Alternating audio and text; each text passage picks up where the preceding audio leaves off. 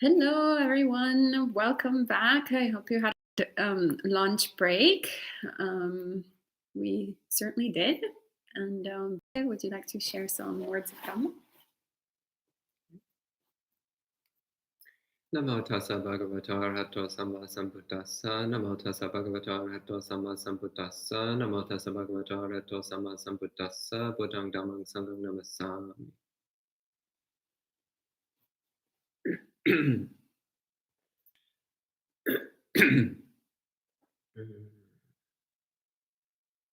Still waiting for the espresso to kick in.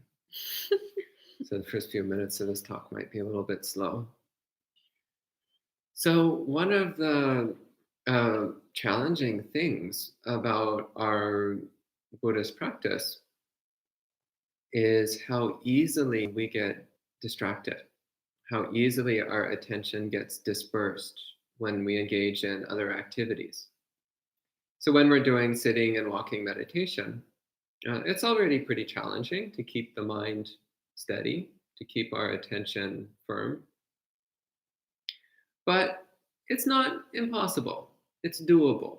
If we put in the proper effort and we're persistent, then we can get the mind relatively stable in a relatively short period of time. And with practice, we can learn how to keep our mind stable during the walking meditation so that the periods of sitting, walking, sitting flow together seamlessly in one ongoing continuity of mindfulness and concentration.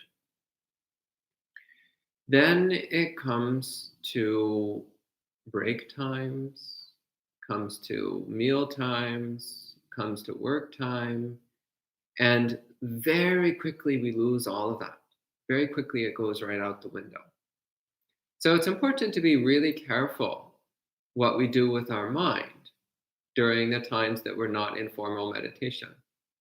And this is true not just during day-longs or during meditation retreats. It's actually true throughout our entire life. We should always be making an effort to keep our mind steady, stable, alert, and quiet as much of the time as we can, which is all of the time, actually. Like we don't need to have a chaotic or noisy mind. We just choose to because that's our habit. It's what we're used to doing. We're used to having a messy mind and a messy life. But it doesn't need to be that way. It's just our habit. It's just what we're used to. So it has the comfort of familiarity. But as we get deeper into mind training, then we start to discover how comfortable and peaceful it is to have a well-trained mind. So there's many places in the suttas where the Buddha praises having a well-trained mind. He speaks about the benefits of a well-trained mind. One of the more well-known of these verses is from the Dhammapada, where the Buddha says, "Nothing can do you as much harm as your own poorly trained mind, and nothing can bring you as much benefit as your own well-trained mind." So this very short, succinct statement is something that we can relate to very clearly. We can be very peaceful and happy during the meditation time, but then when we switch to doing other activities, we get caught up in distraction and dispersion and unnecessary thinking, and pretty soon we fall back in our old patterns of agitation and anxiety and depression and irritability and craving and obsession and all those unpleasant states of mind that we're used to because that's what we do most of the time. So then you can notice, when my mind is trained, when it's disciplined, when it's controlled, it's a happy mind. It's a stable mind. It's a pleasant mind. But when my mind is not well controlled, it becomes messy and chaotic and confused. So it's important to try to control our minds at all times, to not revert to our old patterns of self-destructive thinking. Actually, to try to avoid thinking when it's not necessary, which is most of the time. To try to keep our minds quiet for most of the day, and only to activate our thinking mind when we need it for something. So the topic for today is Vipassana, which, and realistically, when we're talking about Buddhism, Vipassana is the easiest topic to talk about because that's basically what everything in Buddhism is about, either directly or indirectly. Everything is about coming to see things clearly. Everything the Buddha taught is related in some way to learning how to see reality as it is, because that's what enlightenment is. That's what a Buddha is. That's what all of us who are on the path are sincerely trying to be, what we're trying to develop. So Vipassana, as I mentioned earlier this morning, that Vipassana means seeing things clearly. A similar term that the Buddha used, yatha bhutang jnana dasanam, means knowing and seeing things as they are, knowing and seeing reality as it is. So it's seeing an unfiltered perception of reality, knowing an unfiltered experience of reality, knowing reality without our usual distortion. And this morning I was emphasizing the importance of samadhi, the importance of gathering together the mind, unifying the mind, stabilizing the mind. And also the importance of bringing a relaxed joyfulness to the mind. Relaxed joyfulness with alertness. And once the mind is well stabilized in this way, then Vipassana practice becomes more accessible to us. And there's many ways of practicing Vipassana. There's two ways which I most commonly speak about. So the first one, which is the one that I most commonly use, and also the one that I most commonly speak about, is the perception of impermanence. So in Pali, this is called anicca sanya. Anicca means impermanent, and sanya means perception. Or another way of translating sanya is recognition. And I think this is a more useful translation in most cases. And especially here, I think it's particularly relevant because reality is already marked by impermanence. So anicca sanya is not changing how we see the world. It's not like when you put on pink colored glasses, the world looks pink, because that's actually a distortion. The world is not pink. We're just seeing the world through pink lenses, which makes it seem pink. So that's what perception would be like. You put on pink sanya, the world looks pink. You put on red sanya, the world looks red. You put on blue sanya, the world looks blue. That would be sanya. And that's actually what we normally do.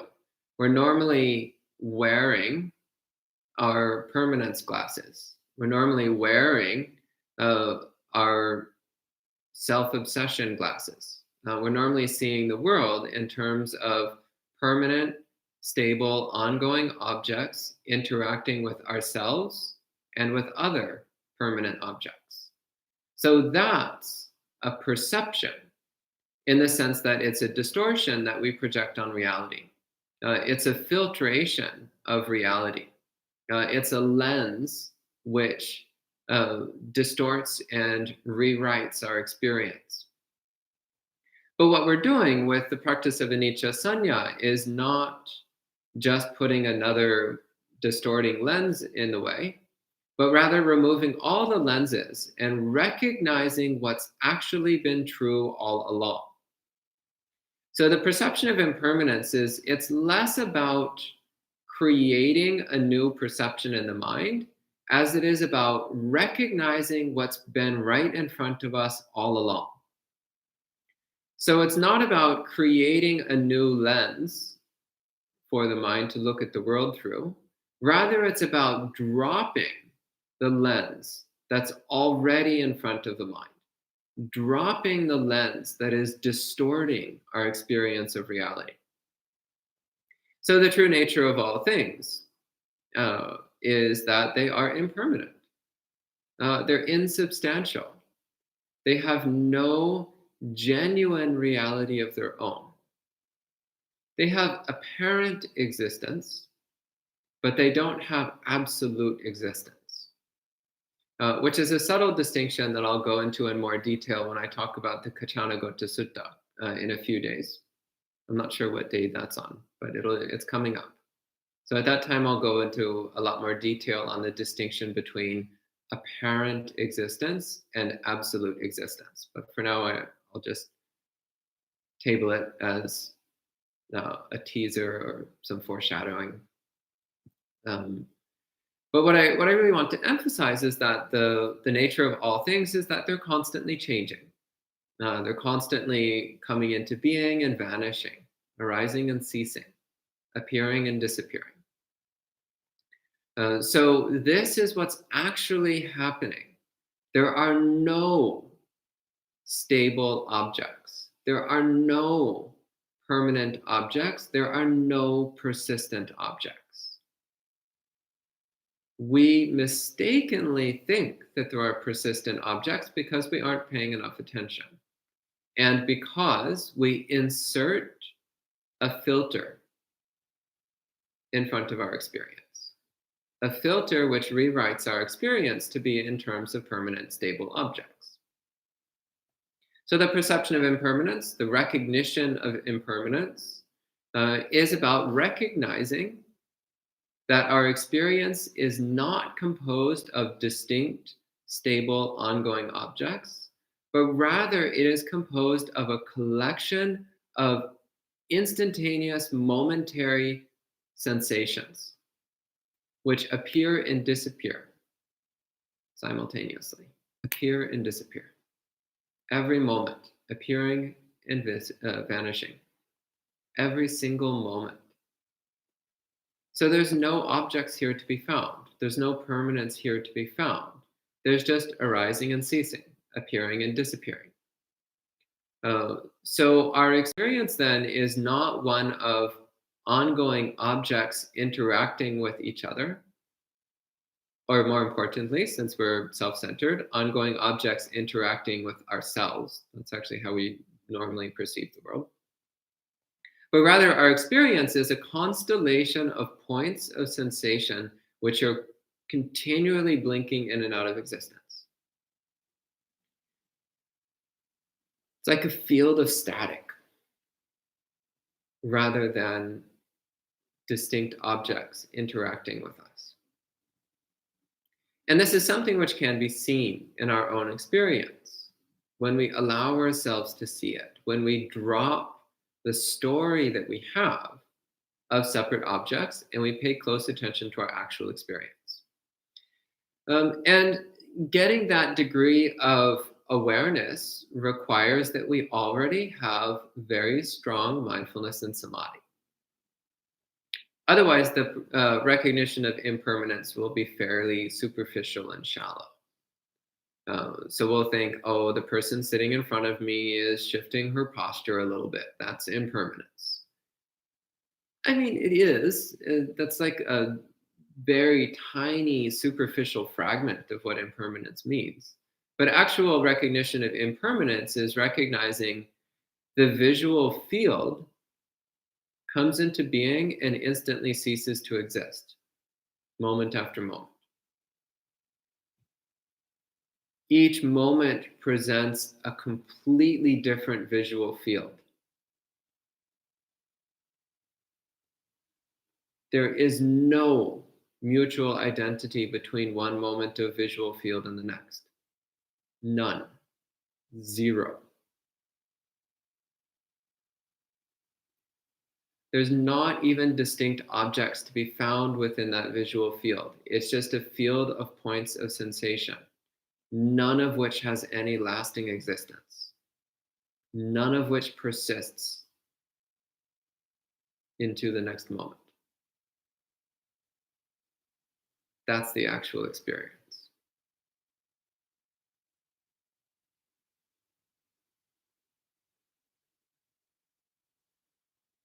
But we don't normally start with perceiving impermanence through the visual field, because that's actually quite challenging, even though it's as blatantly obvious as it is in every other sensory field. It's a bit more challenging through the visual field.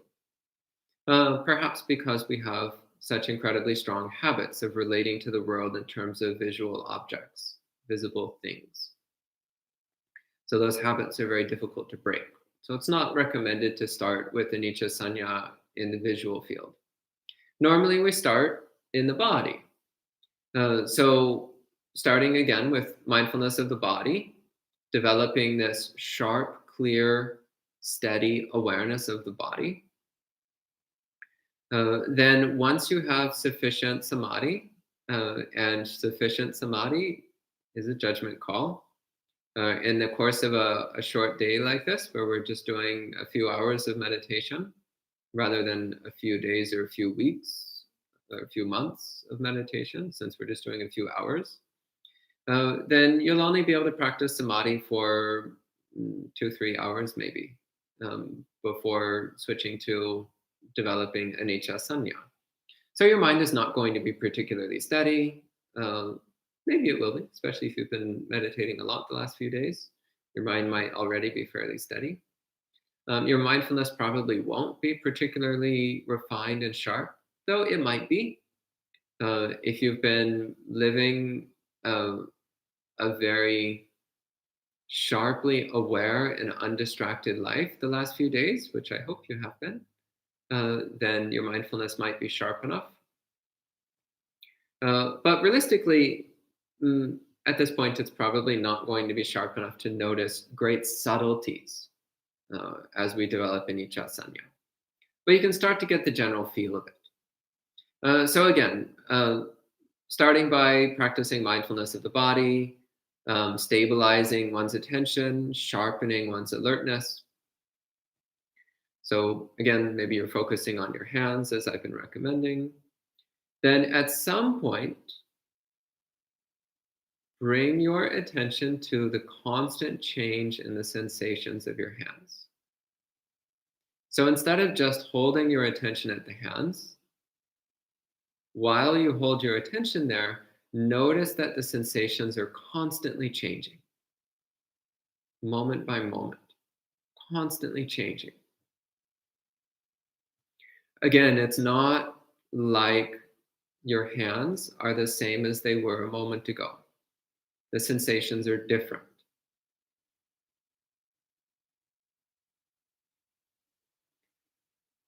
So this is when we're starting to practice Vipassana. Noticing that the sensations are constantly changing. This is the first step. And as you pay closer attention, you'll recognize that it's not just that the sensations are constantly changing, because that would imply that there are persistent ongoing sensations which change. Rather, it's that in each moment there is a new set of sensations. All the sensations that were there a moment ago have disappeared, and an entirely new set of sensations have appeared. This is when things start to get a little bit deeper, a little more interesting, a little more far out, a little bit more remote from our ordinary daily misperception of reality. Then the next major step is recognizing that the appearing and vanishing is happening at exactly the same time. This is another major milestone in the shift of how we experience our body. Another major milestone in the development of anicca sanya, the recognition of impermanence. It's recognizing that the arising and ceasing are happening simultaneously. The appearing and vanishing is happening simultaneously. So the shift at this point is that the hands, and by extension the body, no longer are perceived as solid. They're perceived as half real, partially real. They're perceived as ghostly, as mirage-like, as illusory, in the sense that there's something there, but it's not quite real. It's not quite solid. It seems to be partially real but partially not. So this is another major shift. So this is when we're starting to perceive the insubstantiality of our experience. We're starting to recognize that, as the Buddha said it, the body is like foam. So foam is something which, when you don't look closely, it can look like a solid object. But when you pay close attention, you recognize that it's insubstantial. It's hollow. There's not really anything there. There's the appearance of something being there, but there's not really anything there. So that's what it's like. The more closely we look at our experience, the less solid and real it appears to be.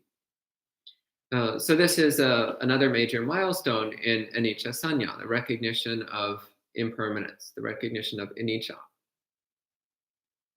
And at this point, what you can do is allow that recognition to spread throughout your entire sensory field.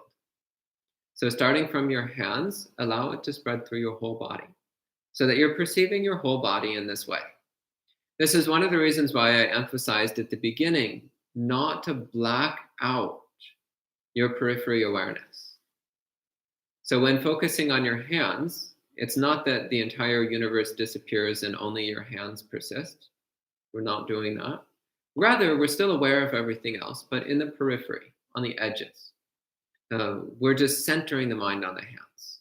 So this is important for a number of reasons, but one reason it's important is because at this stage in the practice, we need to allow our attention to expand beyond just our hands. So cultivating anicca sanya in the field of our hands, the next major thing that we do is, are we having technical problems? Yes, we're having technical problems. Do we still have audio, or have we lost the whole thing? I don't know. Something happened with this. Hello, can you still hear us? Okay, they can hear us. They can hear. Do they have any image at all? No. No image. Okay, well, I'll just keep talking. Oh, they do now. Oh, are we back? Yes, we're back. Great. Please pardon us for the technical issues. Technology is also impermanent and unreliable and unstable and all those wonderful things. So as I was saying, so then the next step is allowing anicca sanya, the recognition of impermanence, to spread throughout the whole body. So perceiving the whole body in this way as impermanent, constantly changing, a field of continually appearing and disappearing points of sensation. A field of sensations that constantly appear and disappear, arise and cease, come into being and cease to be at the same time. So allowing this perception of the impermanent, insubstantial, empty nature of the hands spread throughout the whole body. Then you can allow it to spread through your entire sensory field, because of course it's not just our body that this applies to, it's also to all of our other senses. So sight, sound, smell, taste, and touch, they all have the same characteristic of anicca, the same characteristic of impermanence. So the next step is to bring it into the domain of the mind. And actually, one starts to recognize naturally, as one progresses with this practice, one starts to recognize that the idea of boundaries between objects is based upon the delusion of permanence. So the idea that, for example, your hands are separate from your legs vanishes very early on with this practice. The idea that your body is separate from your clothing will also vanish. The idea that your body is separate from the outside world will also vanish. All of that melts away naturally in the course of developing anicca sanya, the recognition of impermanence. And as you progress with this, once you've extended anicca sanya to your whole physical experience, then naturally you will also recognize that the boundary between body and mind is similarly unreal. In fact, there is no distinction. There's no limitation. There's no barrier. There's no dividing line between body and mind. So at this stage of one's practice, then anicca sanya, the recognition of impermanence, naturally includes one's mental domain as well. And the mental and physical domains are no longer perceptible as separate. It's all just within the domain of anicca sanya, of recognition of impermanence. So bringing this practice to the mind, we recognize first the surface layer of the mind. So any residual thoughts or emotions, any of the noisier, coarser elements of mind that might still be arising, we recognize that they also are anicca. They have the same characteristic of changing, of appearing and disappearing, of mirage-like insubstantiality. They have that same quality of being not quite real, not solid, not substantial, not stable. And at this point, the practice is just to keep deepening it further and further into the recesses of the mind, allowing everything that we perceive as solid or stable or persistent to be recognized as not solid, not stable, not persistent. So at this stage of the practice, then, one way of practicing is in each moment, aware of our entire sensory field, including body and mind, aware of the entire sensory field, anywhere anything solid or persistent appears to be, we turn towards it with anicca sanya, with the recognition of impermanence, the recognition that that also is changing, that also is coming and going, that also is insubstantial. And when we do this, it melts away. It's kind of like when you have a block of ice, and the block of ice starts to warm up, and bits of it start melting, turning into cold water. The ice itself might start fragmenting into little bits, little fragments of chunks and shavings of ice. And you get to a point where you have extremely cold water with all these little solid chunks of ice floating in it. And slowly, all those little solid chunks of ice start to melt away into the water. So then you have this smoothly flowing water with little chunks of ice here and there that are melting away. So that's the sort of experience that one has at this stage of anicca sanya, is that the majority of your experience is like smoothly flowing water, but there's still these little solid crystalline chunks. Parts of our experience would seem to be solid and persistent and real. But when we turn towards them with anicca sanya, they melt away, just like those little fragments of ice in the water start melting away. So this practice then naturally also leads into the perception of not self, because everything that we're identifying as me is recognized as insubstantial. It's recognized as lacking ongoing reality. So there's nowhere that we can pin down in our experience as being who we are. There's no distinct object anywhere in body and mind which persists. There's nowhere where we can plant our flag and say, this is me. This is who I am.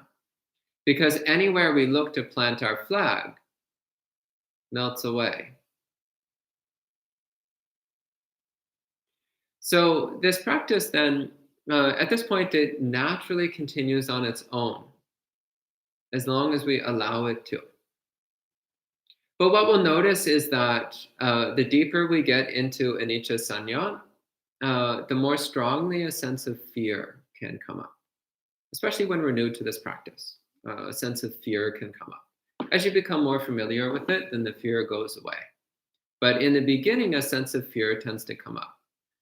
Because it's a sense of fear, a bit like the fear of drowning. Uh, like I remember once when I was young, um, there was a canal near my house, and we had just had a very torrential rainfall the previous day. So the canal was overflowing. So it had this incredibly rapid flow of water.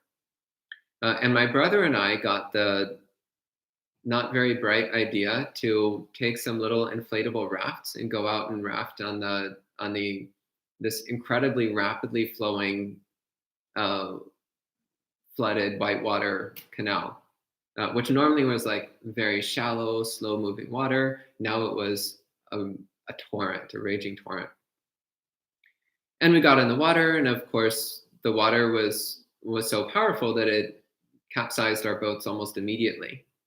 And there was this feeling that I was in the midst of this rapidly flowing water with no up and no down and nothing to hold on to.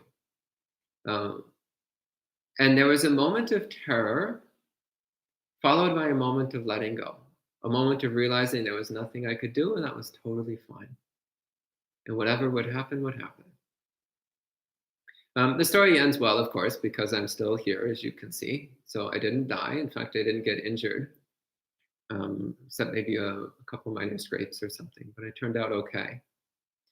But I still distinctly remember that feeling of being in this rushing torrent of water with nothing to hold on to. And at first there was fear, but then there was acceptance. And in that acceptance, there was a deep sense of peace. So this is what tends to happen with the perception of impermanence. So anicca sanya, the recognition of the insubstantiality of experience. When we first develop it, there's a lot of fear, a lot of resistance, because we want to hold on to what's familiar. We want to hold on to the comfort of familiarity. Which is our delusional misperception of the world as being composed of separate, solid, persistent objects. It's a comforting delusion. It's utter fallacy, completely ridiculous, but it's what we're used to, which makes it comfortable. So when that starts to melt away, we often feel fear. So you can recognize that the fear is also impermanent. The fear is also coming and going. The fear is also insubstantial. You can also recognize that there's nothing to be afraid of. Because fundamentally, what are you doing?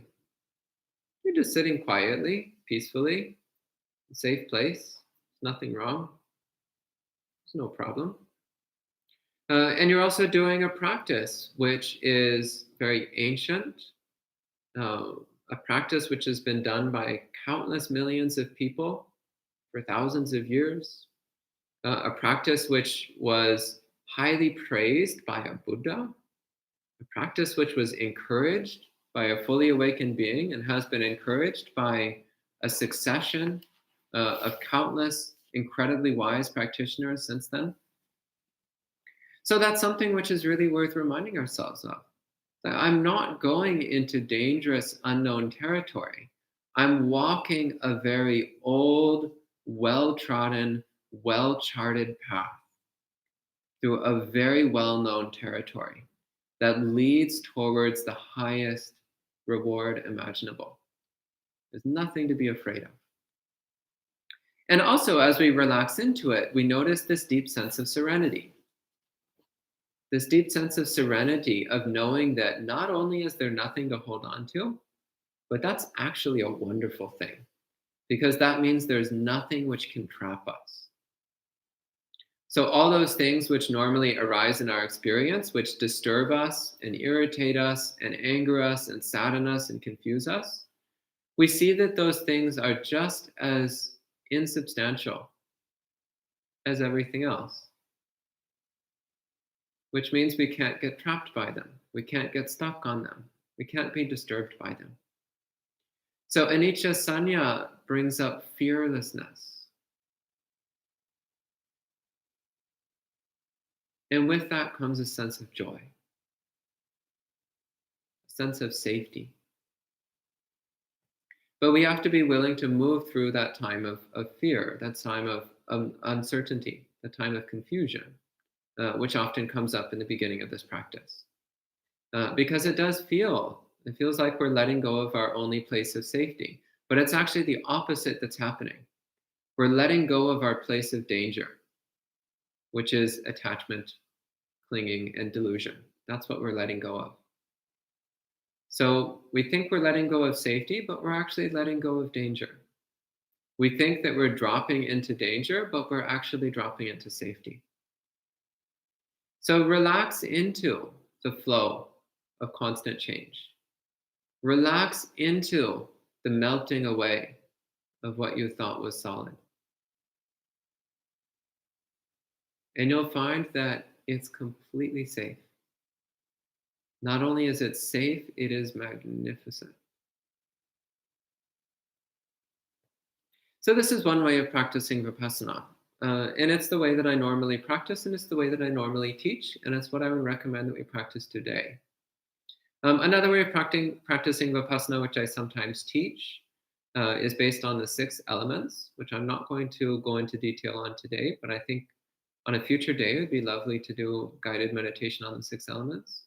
Maybe next weekend, maybe we'll do that, or the following weekend, because let's be realistic, we're going to be doing live streams for a little while now. Doesn't look like it's going to be stopping anytime soon. So we'll have lots of opportunities to practice together in this way. So the meditation on the 6 elements is not aimed at impermanence, but rather it's aimed at non-self. It's aimed at anatta, which is a more subtle and advanced form of Vipassana meditation. So with anicca sanya, one naturally comes to anatta sanya towards the end. But with the 6 elements meditation, we're confronting anatta right from the beginning. So it's a more challenging meditation in some ways, but it's also easier in some ways because there's more activities, more things that you can play with. So it can be quite fun and exciting, especially if you're the sort who gets bored by focusing on the hands. Focus on the hands, this is so boring. If you're that kind of person, then the 6 elements is probably more to your liking as a way of approaching awakening. But for those who are inclined towards samadhi, who are inclined towards cultivating stillness of mind, unification of mind, then this practice of developing a mindfulness of the body through samadhi and into anicca sanya, the recognition of impermanence, this can be a very powerful way of practicing. So at this time, I'd like to open for questions. And then if there's any questions, I'll answer them. And once we're through with questions, then I'll lead in a period of guided meditation. Do we have any questions? Mm-hmm. Thank you, Bhante. And thank you, Yudi, for the tips on tech support. Read for the shout out of tech support. And hello to everybody online. So there's quite a few people. It's great since this morning. So hi, Kevin, Claudia, Scott, Julia, Adriana, Matthew, Jose, Luno, and Kat is back as well. Thanks for bearing with all the image disappearing and other fun things that happened during this session. Hi, Jens, Jose.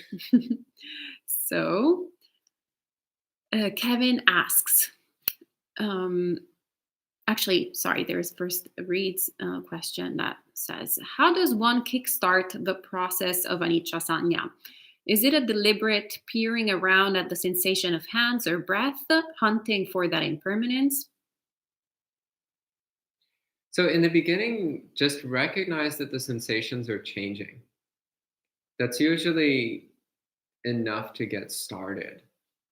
By the way, for the record, there's also an article on my website that I wrote a couple years ago, which lays out one way of approaching anicca sanya, similar to what I was speaking about today, but it goes into a bit more detail on some of the steps.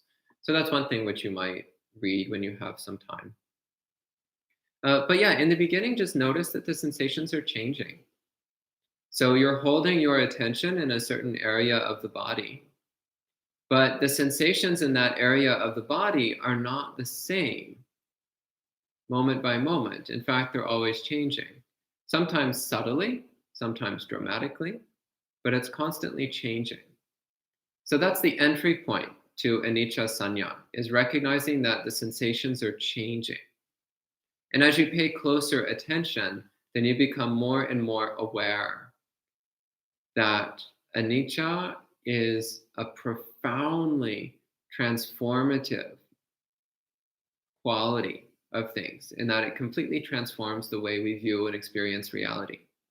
And all you have to do is just pay attention. So yeah, it starts with directly paying attention to constant change in your sensations. So you don't actually need to move the mind. Wherever you've already been holding your mind for the samadhi practice, you keep holding your mind in the same place. It's just while holding it there, recognize that whatever sensations are in that area, those sensations are changing. That's the entry point. And everything else I've spoken of will unfold from that point. So I've given a number of kind of milestones or checkpoints in the development of anicca sanya. But don't take these too seriously or too literally, because in actuality, the meditation unfolds in an organic way, which is not quite as predictable as I may have made it sound. It tends to unfold in surprising ways. But start with recognizing constant change and take it from there. Thank you, Bhante. And Kevin says, great ways to look at these things, not a new lens, but rather taking away distorted lenses, not dropping into danger, but into safety. And Jen says, hello, Bhante. Thank you for your instructions and talk earlier. Was the Yogananda Sutta in tandem, Anguttara Nikaya 4.170, the sutta you referred to earlier? Yes, I was reading suttas during the break. Bravo, sadhu, sadhu, sadhu. Yes, that's the one. Yogananda Sutta. Thank you. And Matthew says, are we born with this distorted perception filter, or is it something that develops over time as we interact with the world, our environment, or is it a combination of both? We've had it for infinite lifetimes. So yes, we were born with it, and last life we were born with it, and the life before that we were born with it, and the life before that we were born with it, and so on. So we've had it since undiscoverable beginning. You cannot find a starting point to this delusion. Fortunately, we can find an ending point, and we start developing the end point by practicing anicca sanya. Okay. And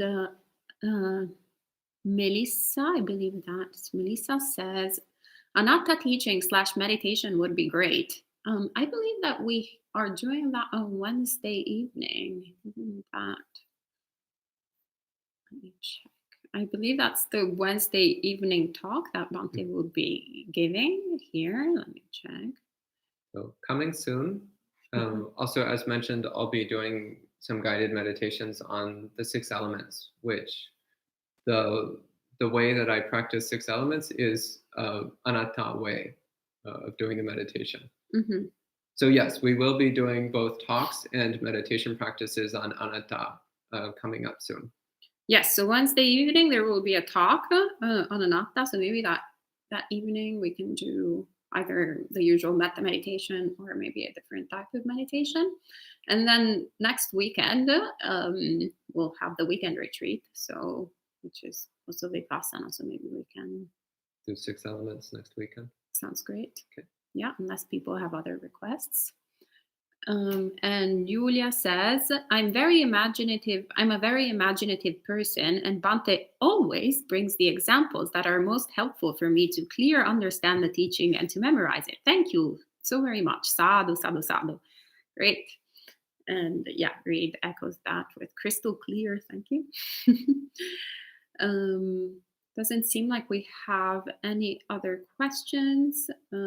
So maybe, oh, actually, Kevin is asking, is there any natural naturally occurring phenomenon that highlights this simultaneous arising and falling. I don't understand the question. What do you mean naturally occurring phenomenon? Because everything has this same characteristic, the same quality. It's just more apparent with some things than with others. But everything has it. And Yudi, I believe that's a request in general. Can you give a talk on the Four Noble Truths with regards to what's happening now? Maybe you could do that. Maybe we can both do that. All right. So maybe should we do a guided meditation now, Bhante? Yeah. Right. So go ahead and get in a meditation posture. So again, that means sitting in the full lotus position. No laughter that time. Okay.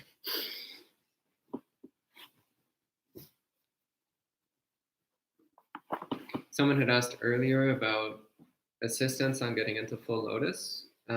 You can actually find a number of guides on the internet for different stretching practices, which will help prepare your body for full lotus.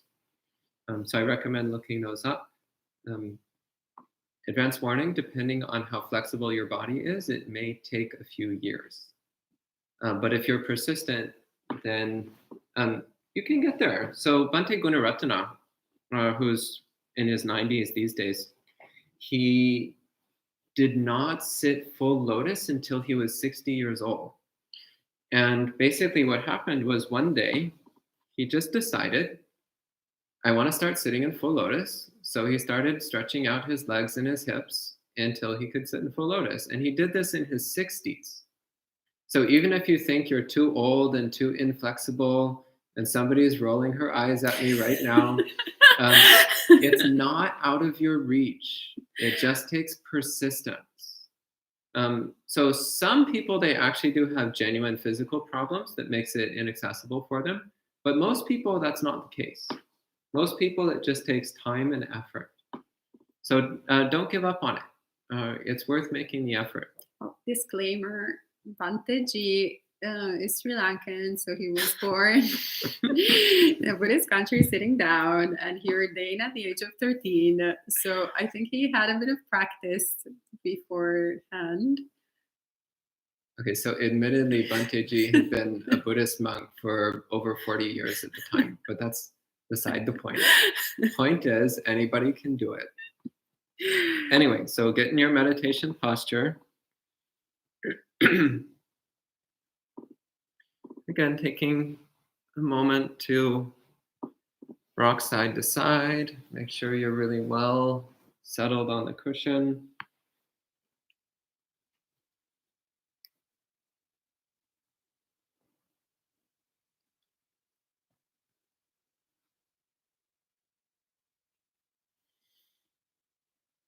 Let the body settle into stillness. Again, taking a few slow, deep breaths. Relaxing the body, allowing the body to release any tension.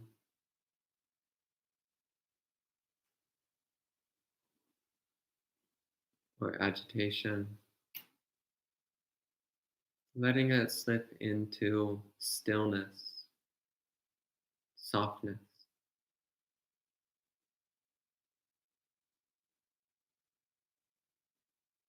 And we'll start as this morning by bringing attention to the body,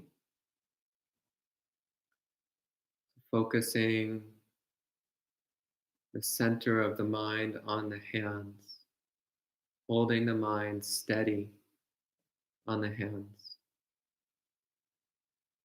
So we'll do this for a few minutes, and then in a few minutes, I'll introduce the next stage of practice, the perception of impermanence.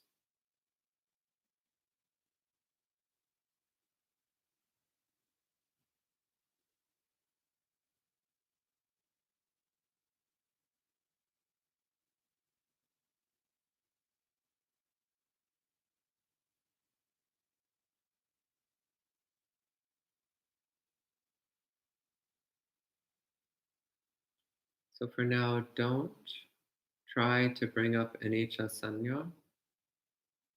For now, just work on stabilizing the mind, steadying the mind, and developing sharp, clear awareness of the body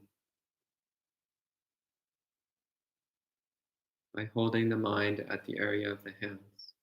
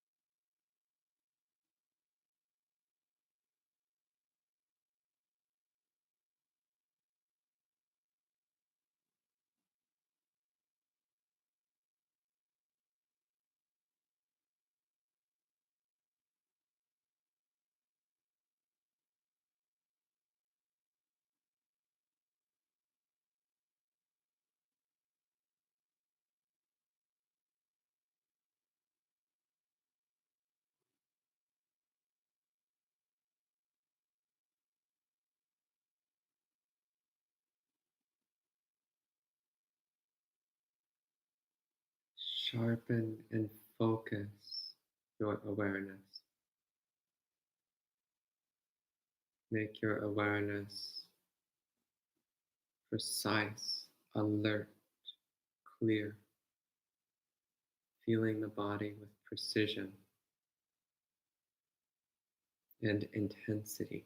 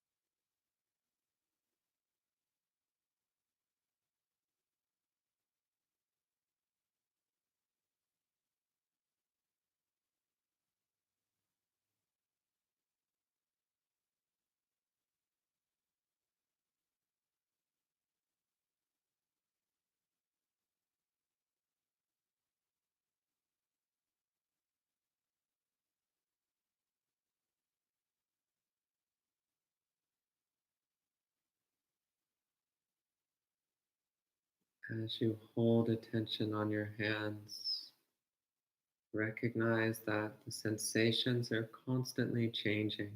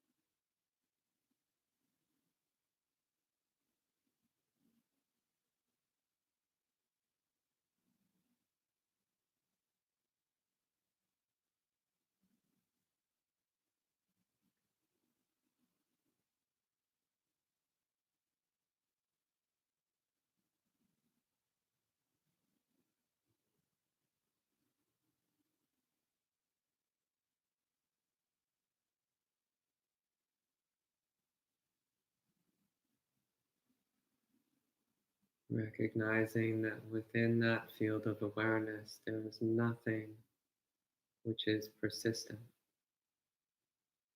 nothing which is stable, nothing which remains the same for even a moment. If anything does seem persistent or stable, look more closely. Recognize the change happening moment by moment.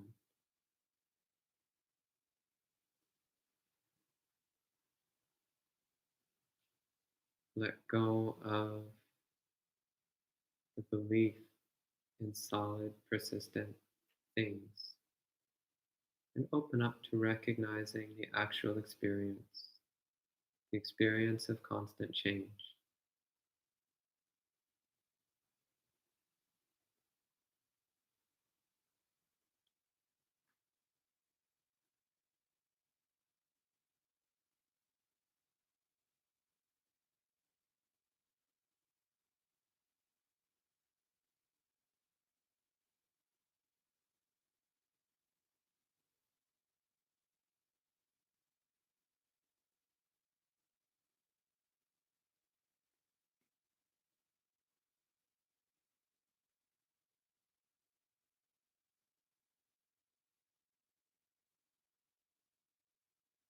Like a constellation of points of sensation, each one flashing in and out of existence, the whole field appearing and disappearing moment by moment.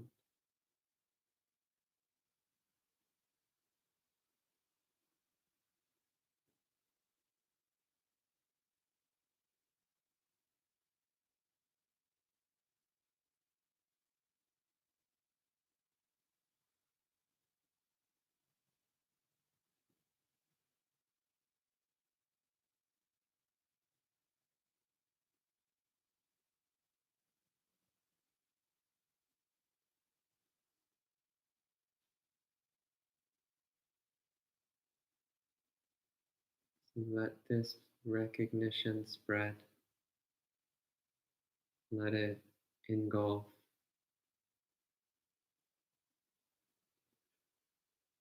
the hands, the legs, the abdomen, the whole area of the lower body. Just one field of constant change, constellation of points of sensation, appearing, appearing and vanishing.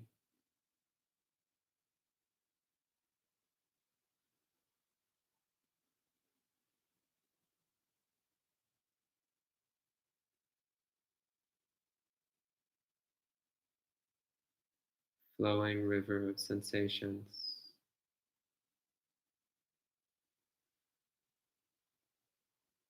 different every moment, always changing.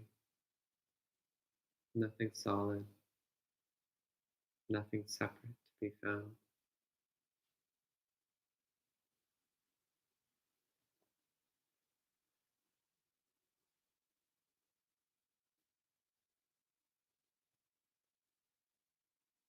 And as that recognition gets stronger, you can let it expand, expanding to include the whole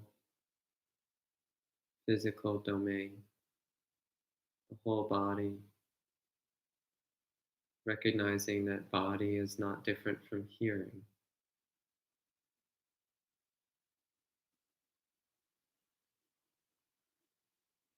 Sounds in the outside world are just part of the body, part of this field of change. This amorphous, sparking flow.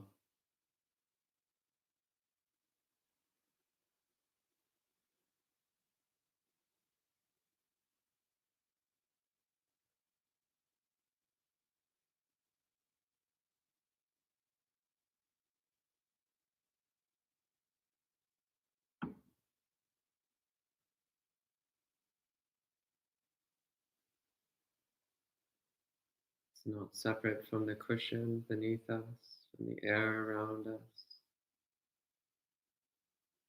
It's not separate from the sight, the light reaching the eyes.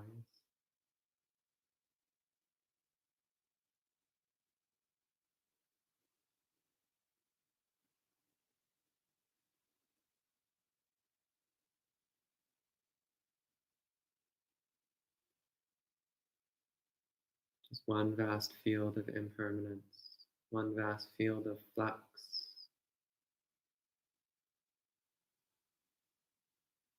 Nothing separate to be found, nothing solid to be found,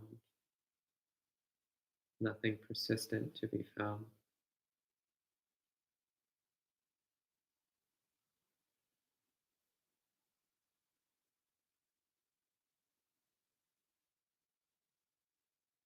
A vast field of points of sensation, points of experience, appearing and disappearing as quickly as we can notice them.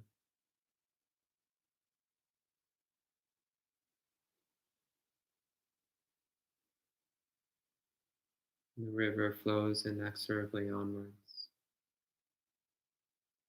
Nothing stops it, nothing slows it down.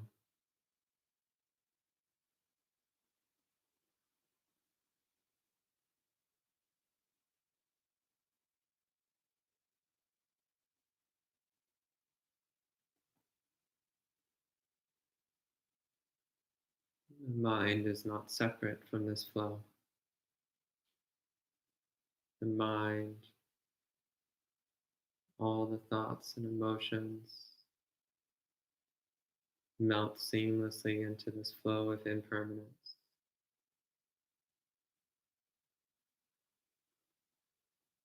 There's no inside, no outside, no body, no mind.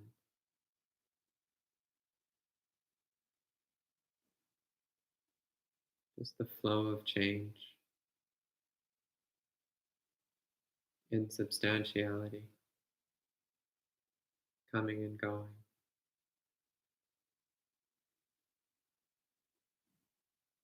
And even the coming and going are not separable from each other.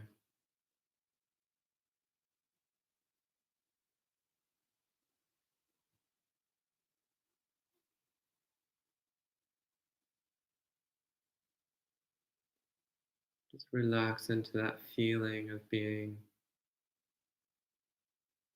pulled along, adrift in the midst of this river of change. Nothing solid to be felt anywhere.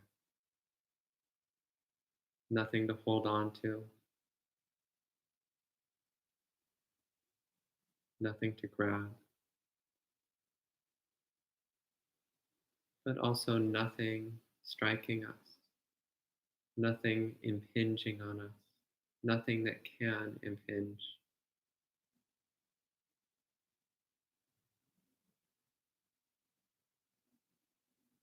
Just flowing effortlessly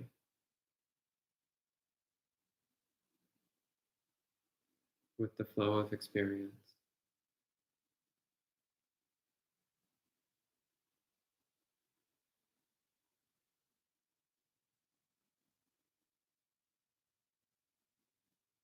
Whenever you catch yourself solidifying something, solidifying some sensation, solidifying some thought, solidifying some perception, recognize it as anicca. Let that perception melt away.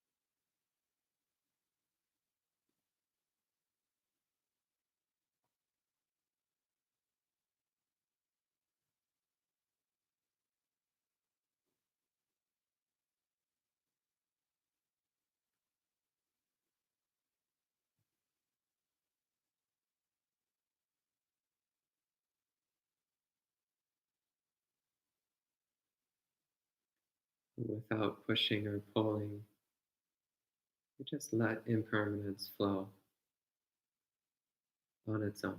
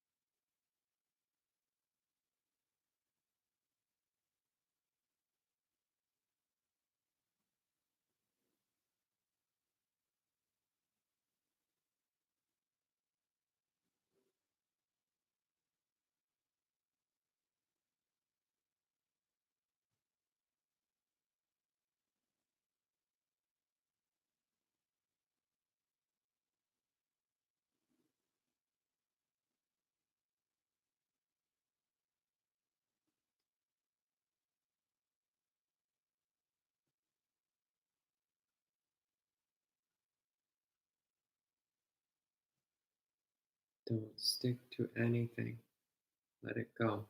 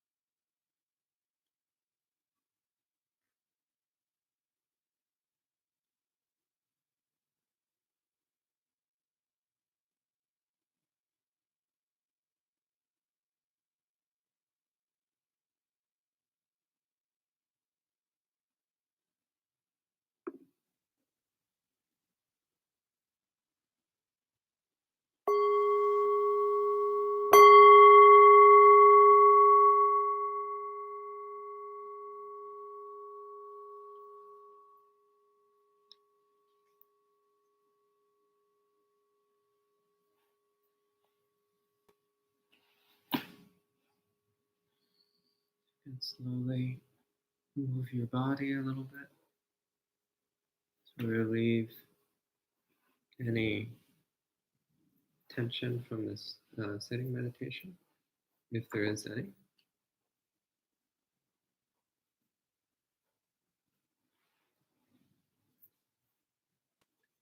Move slowly and gently with your body when coming out of a period of sitting meditation. Try not to make any quick or sudden or harsh moves. Try to keep that peacefulness of mind. Try not to drop the meditation too quickly. Come out of it slowly and with a sense of ease. So at this time, we can do some walking and sitting practice for the rest of the afternoon. First off, do we have any questions from that? Just one from Kat. She's asking, thank you. Can you see the use of a dash of metta to drop into Vipassana or Samadhi? I often use it at the beginning of Samadhi practice to help condition the mind for Samadhi. But at this stage of developing anicca sanya, I don't particularly recommend doing metta at this time because that will just dilute the power of the practice of the anicca sanya. So if you want to do some metta beforehand, that's fine, but not during a session of anicca sanya. She just added a comment saying, since my monastery retreats, I have found metta to bring the most joy and warming to help me drop in. Yeah. Metta, I've also found, is a very potent way of preparing the mind for samadhi. That's very helpful. Okay. And Reed says, the problem, I encounter with Vipassana practice is that without the tether of the breath serving as a point of focus, my mind seems to wander more easily. Mm-hmm. Is there an answer to this than keep practicing? No. Keep practicing. In this case, you can recognize that the thoughts are also anicca. And if you direct anicca sanya towards the thoughts, they have a tendency to either melt away immediately or to cease being a problem. Okay. Anything else? I think he's just laughing. He said, I figured. Thanks. Ha ha ha. All right. I think it's all for now. So we can proceed with our retreat. So walking and sitting meditation, as Bhante mentioned. And at 5 p.m., we'll have a break. And then at 6 p.m., we'll be online again to chant the Ratana Sutta. To maybe Bhante, you can give a bit of background information. Well, I mean, it's in the description. So the Ratana Sutta is a protection chant that's commonly done in times of widespread disease and plague. So it seems like a particularly relevant chant to be doing during the time of this pandemic. So if you want to join, we posted a link to a text of the sutta, so you can join the live stream and chat with us at 6 o'clock. Then after 6 o'clock, we'll do some more meditation practice on our own. And then at 7:30, there'll be our daily evening program, which you can join in for as well. So to sum up, practice on your own, sitting and walking meditation from now until 5 o'clock. So that's just over 2 hours, so not that long actually. So maybe one period of sitting, one period of walking, one period of sitting. Then you can take a break if you want to, or you can keep meditating if you want to. That's also permissible. Chanting at 6 o'clock. Then once again, practice on your own until 7:30 when we'll have the final broadcast of the evening. Okay, thank you all for joining in. Wonderful. Sadhu, sadhu, sadhu. And hi, Monica. And hi, Vichita and Joni. Thanks for connecting, and see you all at 6 p.m. for chanting. And Reed said he'll be back at 7, so we'll see him we'll see him then. All right, bye bye.